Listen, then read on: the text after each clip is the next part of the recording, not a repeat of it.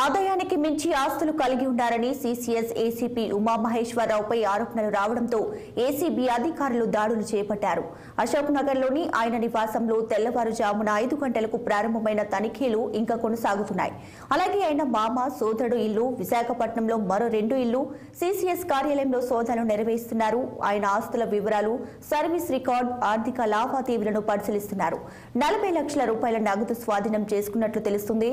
ఇక ఇదే అంశంపై మరింత సమాచారం మా ప్రతినిధి నిర్మల అందిస్తారు.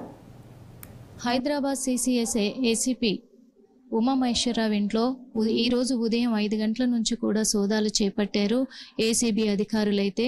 మరి తను ఆస్తికి మించి కూడా తన ఆస్తిపాస్తులు ఉన్నాయని కూడా, తన సంపాదనకు మించి ఆస్తిపాస్తులు ఉన్నాయని కూడా ఇన్ఫర్మేషన్ రావడంతో కూడా మరి ఏసీబీ అధికారులు అయితే సోదాలు చేపట్టారు.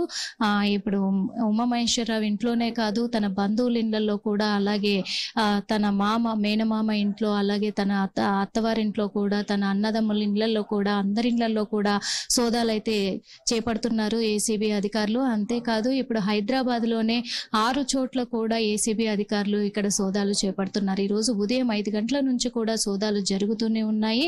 అంతేకాదు ఇప్పుడు ఇదే అపార్ట్మెంట్ లో, అశోక్ నగర్ లో ఉన్న అశోక అపార్ట్మెంట్ లో 3 ఫ్లాట్లలో కూడా ఇప్పుడు సోదాలు అయితే కొనసాగుతూనే ఉన్నాయి.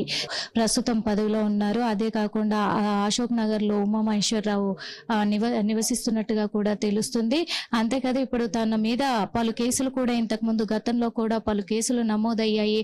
పలు కేసుల ద్వారా కూడా తను సస్పెండ్ అయిన సందర్భాలు కూడా ఉన్నాయి. ఇబ్రహీంపట్నం రియల్ ఎస్టేట్ మర్డర్ కేసులో సస్పెండ్ అయ్యారు ఉమామహేశ్వరరావు. అంతేకాదు డబుల్ మర్డర్ కేసులో కూడా డబ్బులు తీసుకున్నాడనే ఆరోపణలు కూడా తన మీద ఉన్నాయి. అందుకు ఉమామహేశ్వరరావును సస్పెండ్ చేశారు కూడా.